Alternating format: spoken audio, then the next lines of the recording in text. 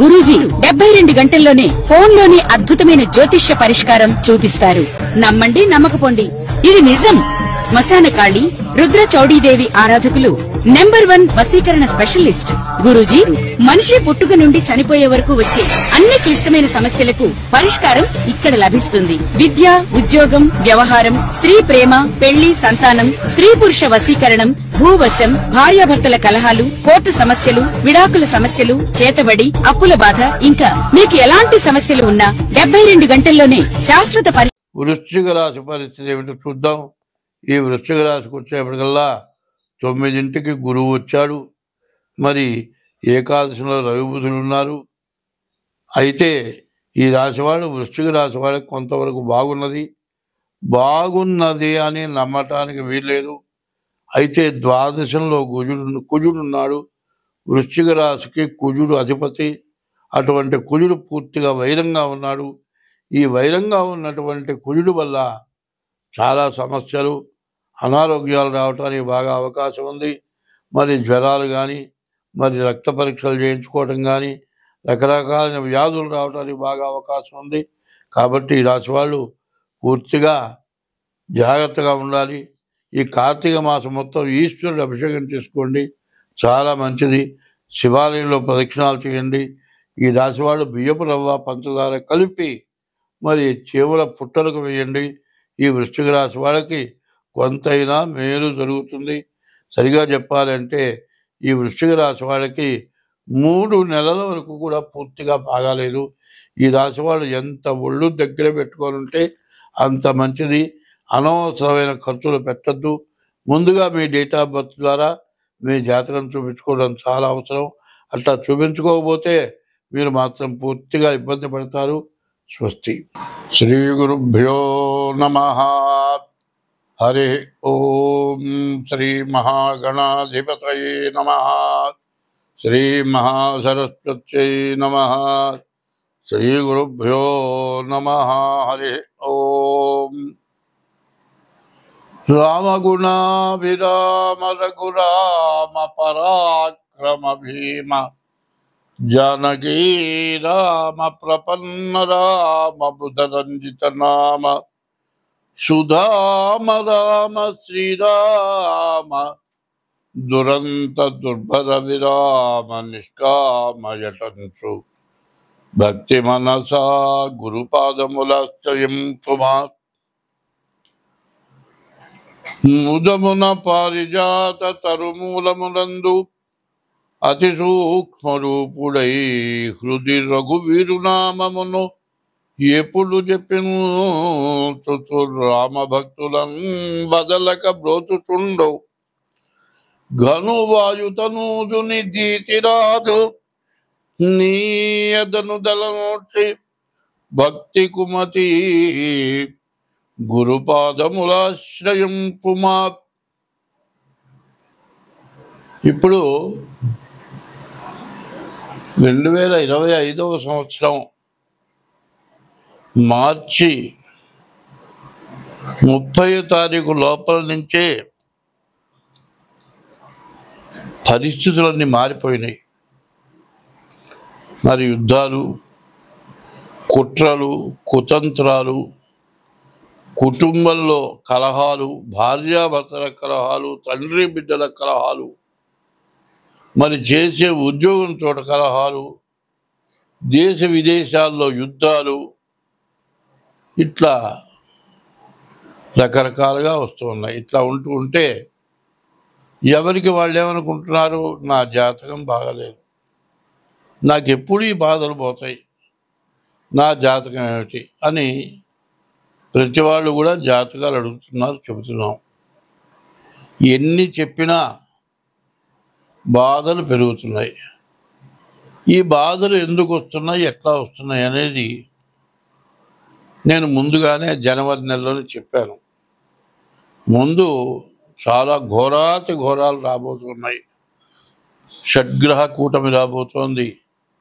దీనివల్ల చాలా సమస్యలు వస్తాయి. ఈ సంవత్సరం పాపగ్రహాల యొక్క అధికారం ఎక్కువగా ఉన్నది. అందరూ ఇబ్బందులు పడతారు. జాగ్రత్త పడండి అని నేను ముందుగా చెబితే మాస ఫలాలు చెప్పమంటే ఎందుకయ్యా ఇదంతా చెబుతావు? మాకు అవసరమైంది చెప్పు, ఇవన్నీ ఎవరికి కావాలి అని కొంతమంది నాకు ఫోన్ చేశారు. ఇప్పుడు నేను చెప్పేది ఏమిటంటే, మంచి అనేది చెబుతాం కానీ చెడు అనేది మాత్రం చెప్పం.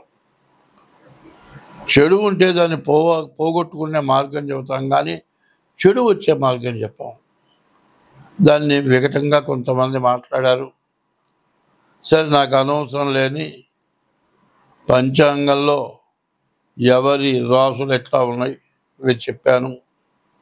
ఎన్ని చేసినా, జాతకాలు చూసినా, జాతకాల్లో దానికి తగినటువంటి దోషాల కోసం పూజలు చేసినా కష్టాలు మాత్రం పోవట్లే. ఇది ఎందుకు కష్టాలు వస్తున్నాయి అంటే, ఒక్క ఉదాహరణ చెబుతా. మనకు వచ్చేది నెలకు ఒక 50,000 వస్తుంది అనుకోండి. ఒక నెలలో 2 లక్షల రూపాయలు అప్పు తెచ్చి ఖర్చు పెట్టాం. అప్పుడు ఈ 2 లక్షల రూపాయలు కొన్ని నెలలు తీరిస్తే కానీ సంవత్సరానికి కూడా తీరుస్తామో లేదో అర్థం కాదు. అట్లా ఇబ్బంది పడటం సహజమేగా. అదేవిధంగా విదేశాల్లో యుద్ధాలు వచ్చినాయి. ఆ యుద్ధాలు వచ్చినప్పుడు ఏమైంది? విపరీతమైన ఖర్చు వచ్చింది. అన్ని దేశాలు సహకారం చేసినాయి. అందువల్ల ప్రతి వస్తువు మీద విపరీతమైన రేట్లు పెరిగినాయి. ఈ రేట్లు పెరిగితే అందరికీ అది ఇబ్బంది అయింది. ఇప్పుడు గ్యాస్ పెరుగుతోంది, అట్లాగే పెట్రోల్ పెరుగుతోంది, డీజిల్ పెరుగుతోంది, మరి కరెంటు బండ్లు వచ్చినాయి, కరెంటు కూడా పెరుగుతోంది. ఇది నిత్యావసర వస్తువుల్లో మరి ఏ వస్తువు మన ఇంటికి చేరాలన్నా, ఎక్కడ పండిన పంట అక్కడే ఉంది కదా, ఇంకో చోటికి పోవాలి. అవి రావాలంటే లగేజీ ఖర్చులు ఉన్నాయి. ఇట్లా ప్రతి వస్తువు పెరిగింది. దీనికి తోడు విపరీతమైన వరదలు 2 నెలల పాటు. ఒక రోజంటూ ఖాళీ లేకుండా, ఒకరోజు ఖాళీ ఉన్నా ఇంకో రోజు బాగా, పగలు లేకపోతే రాత్రి, రాత్రి లేకపోతే పగలు, ఈ విధంగా విపరీతమైన వర్షాలు, వరదలు.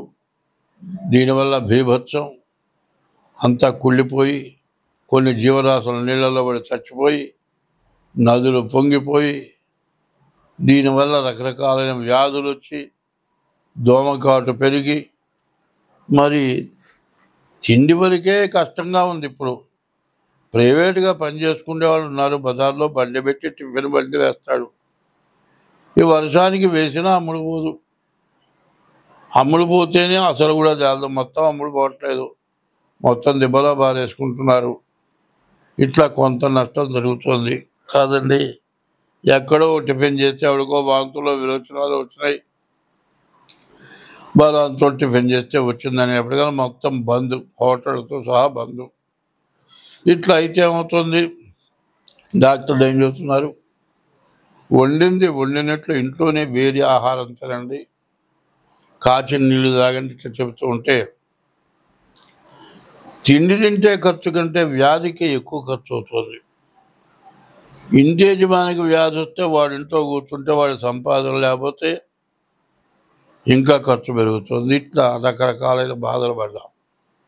ఇవన్నీ ఎందుకు వచ్చినాయంటే, మనకు ఒక దుర్గుణం ఉంది. మనకంటే పైవాడిని చూసి మనం ఎట్లా బాగుపడతాం, వాడికంటే మనం ముందుకు ఎట్లా పెడతాం, ఇది ఒక ఆలోచన. అనుకుంటే అయ్యే పనే కాదు. ఎవడైనా సరే బాగుండాలి అనుకుంటే మనకంటే తక్కువ వాడిని చూసి, అయ్యో వాడికంటే మనం బాగున్నాం, మనం ఎంతుంటే ఒక పూటన వాడి పెడదాం అనే ఉద్దేశం మనకు కావాలి. ఇప్పుడు అట్లా లేదు. ప్రతివాడికి మనకంటే ఎక్కువగా ఉన్న వాళ్ళలాగా మనం కావాలి. మనం ఎక్కువ సంపాదించుకోవాలి, బాగా ముందుకెళ్ళాలి. ఇట్లాంటి కోరిక వల్ల అందరూ నష్టపడుతున్నారు. అదే కాదు, ఒక ఉద్యోగి ఉన్నాడు, ఒక పెద్ద కంపెనీ ఏదో వ్యాపార సంస్థలో పనిచేస్తున్నాడు గుమస్తా.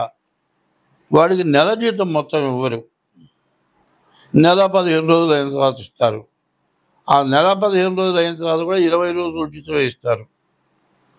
పోయిన నెల 15 రోజులు, ఈ నెల 15 రోజులు, 30 రోజులు జీతం ఆపుకుంటాడు. ఇట్లా జీతం ఆపుతూ ఆపుతూ ఆపుతూ ఒక 4 నెలలు, 5 నెలలు, 6 నెలలు జీతం ఆపుతాడు. తీరా జీతం ఇవ్వయా, నీ ఇష్టమైతే ఉండు లేకపోతే పోవయా అంటాడు. పోదా అంటే 5 నెలలు, 6 నెలలు జీతం రావాలి, ఇంకా ఇస్తాడు, ఇంకా ఇస్తాడు, ఇంకా ఇస్తాడని వీడు ఎదురు చూస్తాడు. చివరికి ఏం చేస్తాడు, వేరే కంపెనీ పెడతాడు, ఇంతమందిని ఎగ్గొట్టేస్తాడు, వీళ్ళ డబ్బులు మొత్తం మిగుల్చుకుంటాడు. ఈ విధంగా దురాగతంగా సంపాదిస్తున్నారు. సంపాదించేవాళ్ళు దుర్మార్గంగా సంపాదిస్తున్నారు.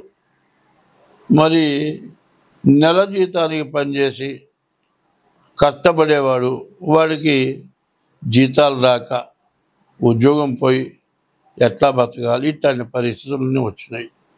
ఇవన్నీ పాపం కాదా? మనకంటే చిన్నవాడు, వాడికి వచ్చే జీతం నెల చాలదు, వాడి జీతం అగ్గొడితే వాడు ఏం చేయలేరు.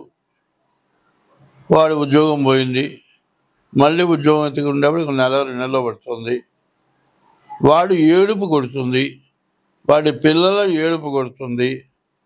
మరి అంతా కూడా నువ్వేమన్నా బాగుపడతావు, బాగుపడవు. ఇట్లాంటి పాపం అందరికీ చుట్టుకుంది. మరి ప్రతి చోట ఇదే సమస్య. ఎవరికి వాళ్ళకి స్వార్థం. ఈ స్వార్థం ఇట్లా పెరిగి పెరిగి బంగారం కొనాలి, ప్రతి వాళ్ళు బంగారం కొంటున్నారు, బంగారం విపరీతంగా పెరిగింది.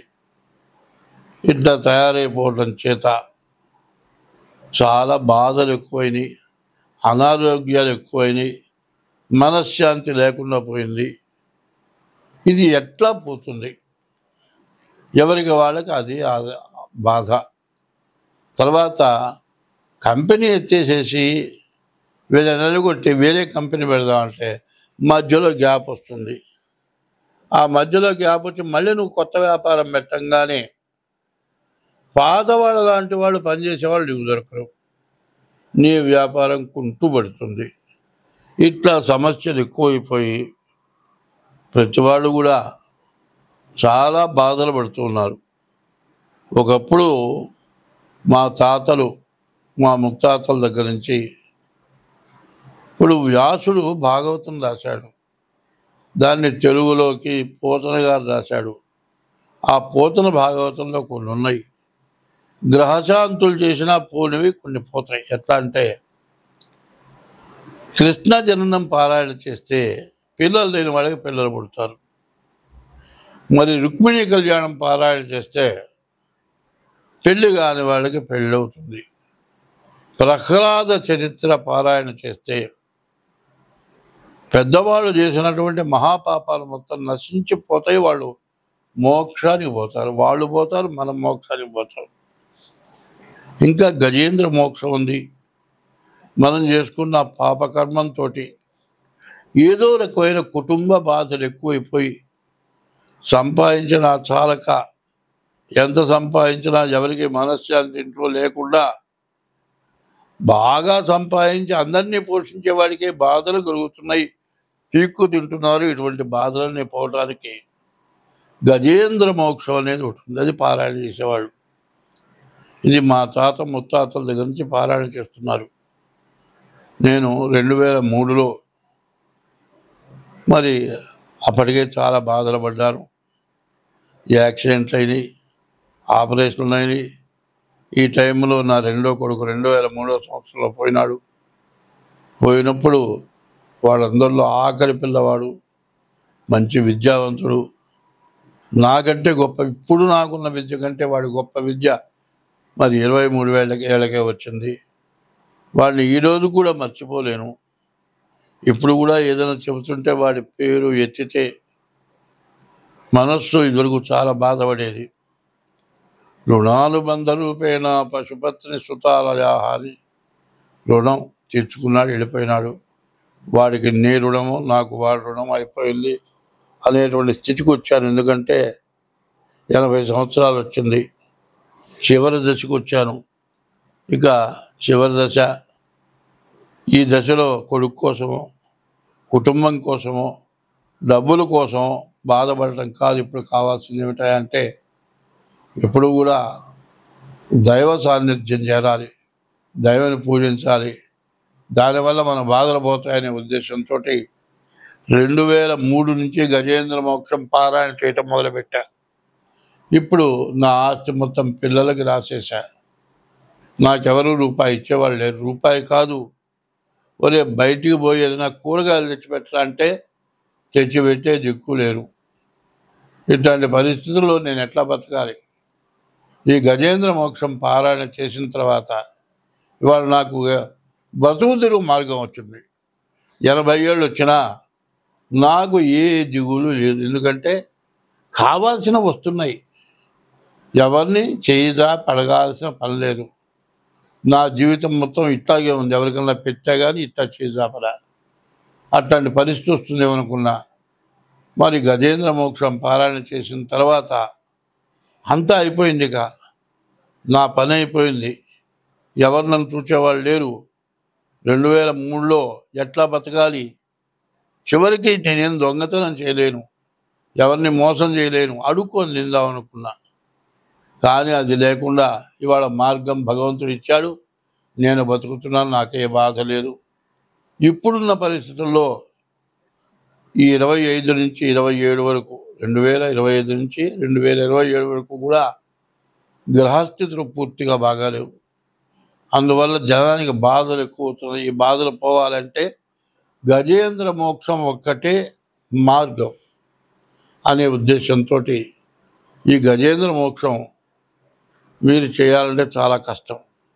ఎందుకంటే అది చాలా కష్టంగా ఉంటుంది. కొన్ని పదాలు, మరి సప్తశతి అని పారాయణ ఉంది, దాంట్లో భార్యాం రక్షతు భైరవీం అని ఉంది. నా భార్యని రక్షించమని అర్థం. వాడు అక్షరం పొరపాటుపడి భార్యాం భక్షతు భైరవేం అన్నాడు. నా భార్యని తినన్నాడు. అమ్మవారు తినేసింది.